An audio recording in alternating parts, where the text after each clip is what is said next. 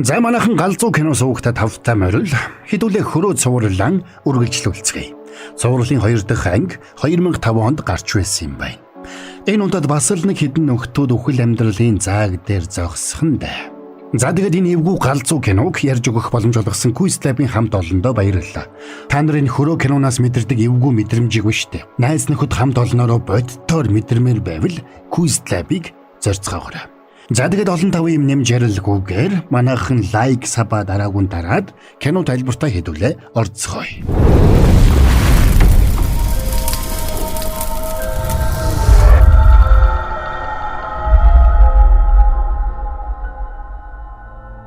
Цагдаагийн мэдээлэгч Майкл Маркс гэгч залууг сандалтай гавлаад хүзүүнээс нь том хадаастай хавх шиг төхөөрөмж зөөсөн байгаагаар кино эхэлнэ. Хөрөө Майклд 60 секундын хугацаа өгч энэ хугацаанд амжиж тэрээр баруун нүднийх нь ард мис заслын аргаар суулгасан түлхүүрийг ухаж гаргаж аваад хавхыг тайлах ёстой. Хэрвээ амжихгүй бол хадаастай хавх хаагдаж Майклийн толгой шүүрэн шанаг болох байлаа. Хэдийгээр Майкл нүднийхээ завхийг зөвсөж түлхүүрийг авах гэж оролдсон ч хэтэх хөвдөлтийг тэсвэрлсэнгүй. Тиймээс хугацаанд түлхүүрийг авч амжидаггүй. Ингээд хавх тасхийн хаагдаж хөөрхий Майкл амиа. Дараа нь дүрс солигдож Майклтай хамтран ажилладаг байсан цагдаагийн мөрдөгч Эрик Мэтьюс цагдаагийн газарт ирээд хэрэг толбогдсон өсвөр насны хүү болох Даниэла сулалж авч байгаагаар үйл явдал өрнөдөг. Даниэл хүү эцэгтэйгээ таарамж муутай байдгийг илэрхий. Тиймээс тэрээр эцэгтэйгээ хамт байх хүсэлгүй. Ээжийнхээ гэр рүү явмаар байна гэдгээ хэлээд Эриктэй ширүү маргана. Дараа нь Даниэл хүү ээжийнх рүүгээ явахаар болдог. Энэ үеэр мөрдөгч Алисон Керри Эриктэй холбогдож нэгэн хэргийн газарт ирэх шаардлагатай байгааг нь хэлдэг. Учир нь хэргийг үйлдсэн алуурчин хөрөө мөрдөгч Эрикт зориулаад мессеж үлдээсэн байна. Энэ хэрэгтээ оролцохыг Эрик эхэндээ хүсэхгүй байсан ч арга буюу мөрдөгч Керритэй хамт энэ хэргийг мөрдөхөр болдог. Тэр шөнө Эрик зүүдэндээ Майклийн хүзүүнд зүүсэн байсан хавхан дээрх Wilson Steel гэсэн логог сандаг. Тэгээд тэр өглөө эрт тусгай хүчнийхнийг дагуулад шууд Wilson Steel төмрийн үйлдвэрийн агуулга руу явцгаадаг. За ингээд тусгай хүчнийхнийг төмрийн үйлдвэрийн агуулга руу нэвтрэх үед бидний сайн мэдих дугуйтай хүүхэлдээ тэдний өмнө гарч ирээд муухай инээж эхэлнэ. Тусгай хүчнийхэн хүүхэлдээ рүү харж анхаарал сарних зур тэдний ард байсан саргалжин хаалга хаагдаж тэдний нэгнийх нь гიშгэж байсан шат цөмрөөд тэд бүгд хөл алдан онцгаадаг. Тэднийг торон саралжиг налан унахад саралжаар гинэт цахилгаан гүйдэлгүйж тэд бүгдээрээ цахилгаанд цахиулна. Харин тусгай хүчний нөгөө баг байшингийн эсрэг талаар агуулга руу дайран ороход тэднийг тусал залгуулсан алуурчин уран хөрөө буюу Джон Крамер өөрөө хүлээж байлаа. Хорт хавдрынхаа улмаас биеийн нилээд муудсан Джон Крамер Эрик болоод тэрний багийнханд нэг байшинд байгаа хүмүүсийг харуулсан хяналтын камерын бичлэгийг харуулдаг. Тэр байшинд 8 хүнийг хоржээ. Тэдний нэг нь хүү Даниэл нь мөн болохыг таньсан Эрик шууд Джон Крамер руу хашгирч эхлэхэд тэр хариуд нь тэнд байгаа хүмүүст өөрсдийгөө аврахад 2 цаг л байгаа гэдгийг тайвнаар хэлдэг. Хэрв тэд 2 цагийн дотор хорны ерөндөгийг олж авч чадахгүй бол бүгдээрээ амиа алдцгаах байлаа. Тэдний цаг аль хэдийн явж эхэлжээ. Эрик ууралж Даниэлийг хаануугааг байцааж эхлэхэд хариуд нь тэр аюулгүй газарт байгаа гэж хариулдаг. Энэ үеэр байшин дотор хоригдсон хүмүүсийн хувьд тэд дор бүрнэ янз бүрийн зүйл хийж байлаа. Зарим нь яхаа мэдэхгүй сууж байхад зарим нь сандарч дэмийл холхино. Тэдний дунд нэг хүн хамгийн сүүлд ухаан ороод босч ирсэн нь Джон Крамерийн өгсөн өмнөх даалгаврыг амжилттай биелүүлж байсан Аманда Янг байлаа. Тэр ухаан орсон даруйдаа учрыг ойлгож эргэн тойрноо нэгжсээр хананд байгаа нэг суларсан тоосхийг татахад цаанаас нь нэг жижигхэн кассет тоглуулагч гарч ирлээ. Кассетыг тоглуултал тэр байшинд хоригдож байгаа хүмүүс бүгдээрээ тусгай хор бүхий агаараар амьсгалж байгаа ба. Тэд 2 цагийн дотор амжиж хорны ерөндөг бүхий тариаг тэр байшин дотроос олох ёстой. Бас нэг ерөндөг бүхий тариа төмөр сейфэнд байгаа. Сейфийг онгойлгох код тэдний тархины мухарт байгаа бол зөв дарааллыг тэд солонгон дээрээс олох ёстой гэсэн нууцлаг зааврыг өгсөн байна. Кассет тоглуулагчийн дэргэд нэг түлхүүр хажууд нь түлхүүрээр хаалга онгойлгох гэж оролдох хэрэггүй гэсэн заавар байлаа. Гэвч тэнд байсан Хавьер гэгч залуу тэсгэл алдаж түлхүүрийг хаалганд хийгээд эргүүлж үзэхээр шийднэ. Гүүс гэгч өөр нэг залуу тэрнийг дэмжиж юу болохыг харахаар хаалганы дурангаар харах зур Хавьер түлхүүрийг эргүүлтэл хаалганы дуранд тулгсан буу тас хийж гүүс толгойдоо буудуулж амиа алддаг. Ингээд байшинд 7 хүн үлдлээ. Тэнд юу болоод байгааг хамгийн сайн мэдэж байсан хүн нь Аманда байсан учраас бусд нь бүгд Амандаг сэжгэлцгэнэ. Хариуд нь Аманда өмнө нь ийм тоглоомд оролцож амьд гарч байсан тухайгаа хэлээд болгоомжтой байхгүй бол бүгдээрээ амиа алдах аюултай гэдгийг тэдэнд анхааруулдаг. Өмнө нь тэнд хөрөөний тоглоомыг амжилттай давж байсан Амандагаас гадна Эрикийн хүү Даниэл, төвчээргүй зангаасаа болж хүний амьд санамсаргүй хурж орхисон Хавьер нараас гадна Эдисон, Оби, Лаура, Джонс нар байлаа. Ингээд тэд тоглоомыг 8-уулаа эхэлсэн бол 7 хүн үлдсэн нь энэ. Энэ үеэр алуурчин Джон Крамер Эриктэй ховчлон ярилцах хүсэлтэй байгаагаа хэллээ. Хэдийгээр Эрик тэрнтэй ярилцах хүсэлгүй байсан ч тусгай хүчний баг болох технологийн багийнхандаа хугацаа хожиж өгөхийн тулд тэрнтэй ховчилж ярилцахаар болно. Үүнтэй зэрэгцээд нөгөө хэдийн байсан өрөөний хаалга өөрөө нээгдсэнд тэд өрөөнөөс болгоомжтойгоор гарч ирцгэлээ. Явах замдаа тэд гарч хідэн олж авсан бол тэдний өмнө гарц гэсэн бичгтээ том хаалга угтлаа. Эрик Джон Крамертэй ховчилж ярилцахын тулд багийнхнаа өрөөнөөс гаргаад тэрний өмнө суулаа. Гэхдээ яриагаа сонсохын тулд холбоогоо асаалттай үлдээж. Ингээд Эрик хүүгээ хэрхэн аварч болох талаар тэрнээс асууж шалгаж эхэлсэн ч Джон Крамер энэ талаар ярихыг хүссэнгүй. Харин ч тэрнийг аяганд ус хийж өгөхийг гуйдаг. Энэ үеэр байшинд хоригдсон хэд гарц гисэн хаалгаар орсон ч тэр нь мухар өрөө байлаа. Зам нь мухарцсанд бухимдсан тэд өөр хоорондоо маргалдцгаана. Энэ үеэр Лаура хананд байрлуулсан нэг нууцлаг хаалгыг олно. Уг хаалга зойрын өрөөрөө хөдөлсөн хаалга байлаа. Тэндээс нэг эрэмдэг болсон хүүхэлдээ гарч ирдэг. Тэр хүүхэлдээнд Оби гэснээр бичсэн нэг дугтуг хутгаар зоож үлдээсэн байлаа. Дугтуун дотор хуурцгийг тоглуултал бусад хүмүүсийг барьцаалахад нь хөрөөд тусалсан учраас Обид ерөндөг бүхий 2 тариаг бэлгэлж байгаа тухай бичсэн байна. Тэр 2 тариаг нэг том зоохон дотор нуусан байгааг ч бас хэлжээ. Энэ үеэр Оби өөрийг нь ухаан алдуулан барьцаалж байсныг Лаура гинэт сандаг. Тэд бүгд Обид ууралж эхлэхэд Хавьер Обиг өөрөө явж ерөндөгтөө тариануудыг олж ирэхгүй бол өөрийн гараар ална гэж хутаг тулгаж сүрдүүлдэг. Ингээд Оби аргагүй ирэхэд аврах том хоосон зуух руу мөлхөж орлоо. Тэр эхний тариаг амархан олж авсан ч хоёр дахийг нь авахар татах үед тариатай холбоотой олз татагдж зуухны хаалга хаагдаад дотор нь гал дөрвөлзөж эхэлдэг. Энийг харсан бүгд сандарцгааж Обиг гаргаж авахар зуухны хаалгыг хэвдэх гэж оролдсон ч ямар ч нэмэр болсонгүй. Оби 2 ерөндөгний хамт зуухан дотор шатаж амиа алдна. Энэ үеэр Джон Крамер Эрикт элдв зүйлийг ярьж байсан ч тэр бүхэн нь тэрэнд ямар ч утга учиргүй санагдаж тэсгэл алдан байлаа. Хүн өөрийгөө яг хизээ өгөх вэ гэдгээ мэдэхгүй үед бүх зүйл өөрчлөгддөг тухай Джон ярьж байлаа. Эдгэжгүй хавдартай болсон гэдгээ сонссон цагаас өөрийнх нь амьдрал хэрхэн өөрчлөгдсөн болохыг тэр дурснаа. Шоконд орсон Джон машинтайгаа хавцлаас унаж амиа хорлохыг завдсан ч талаар болсон байна. Хэдийгээр Джон ослын үеэр гидсээрээ нэвт сүлбүүлсэн ч амьд үлджээ.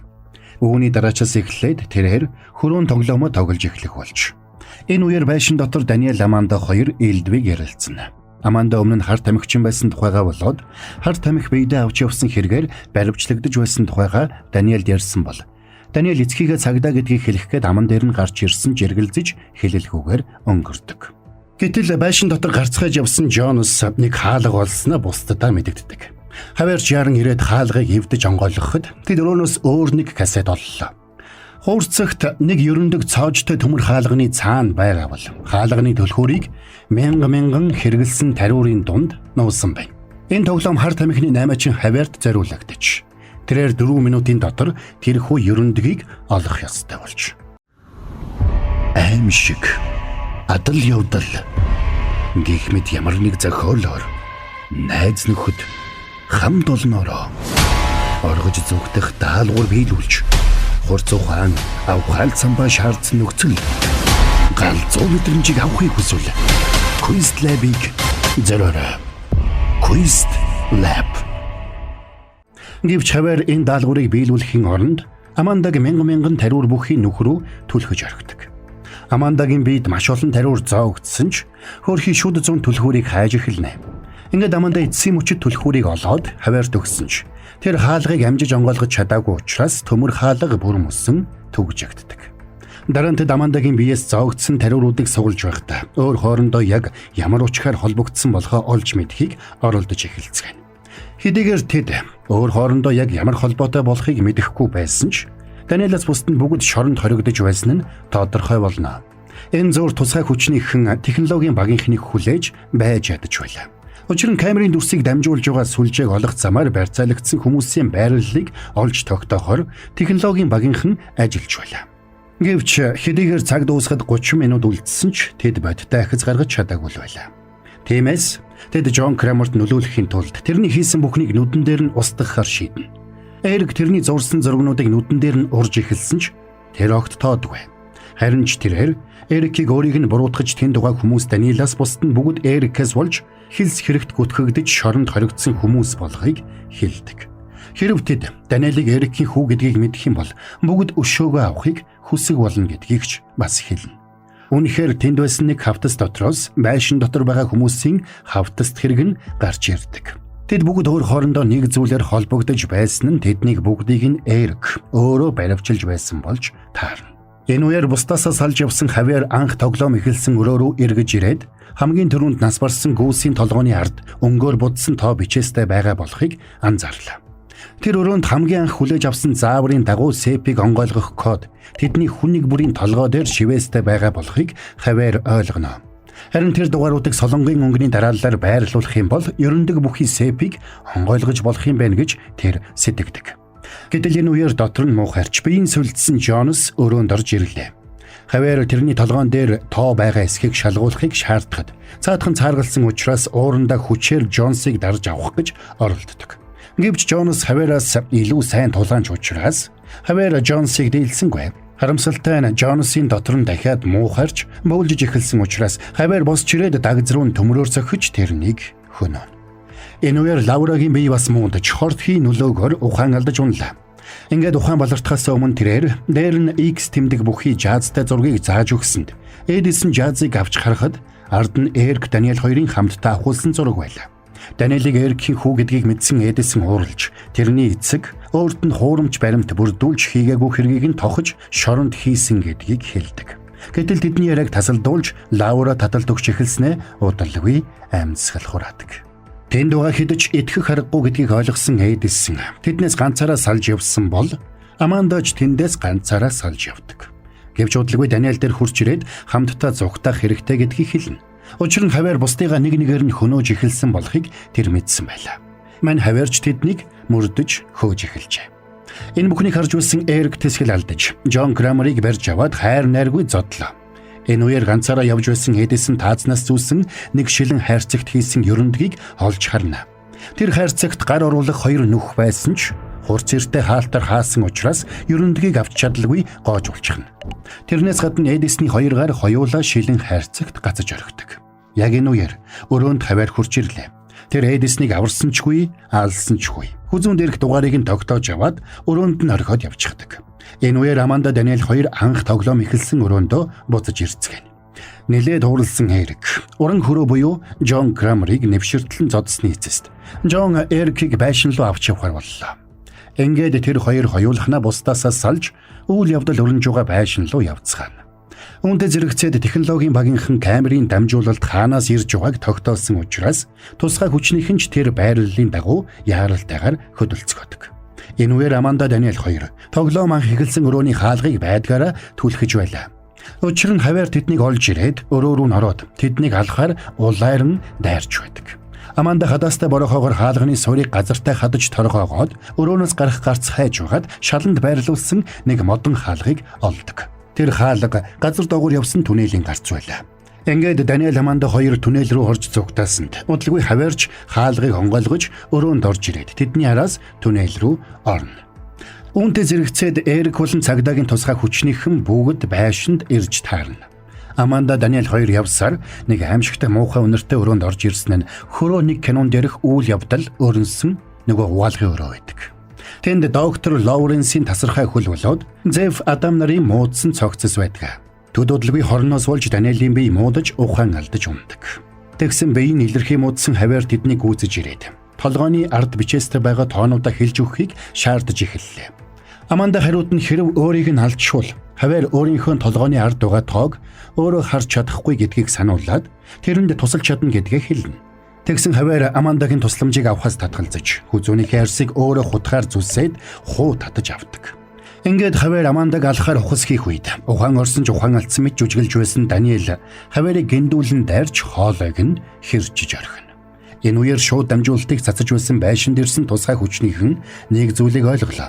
Энэ бүх хугацаанд тэд шууд дамжуулалт биш, харин урьдчилж хийсэн бичлэгийг үзэж байсан болохоо ухаарцгаана.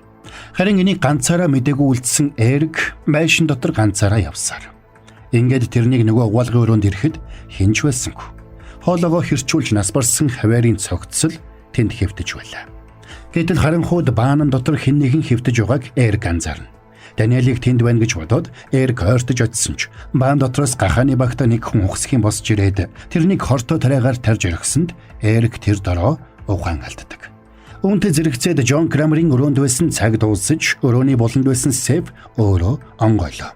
Гэтэл Сэфэн дотор хүчил төрөгчийн баг зүйлгсэн Даниэл хүү сууж байдаг. Джон Крамер тэрнийг аюулгүй газарт байгаа гэж хэлсэн нь үнэн байжээ.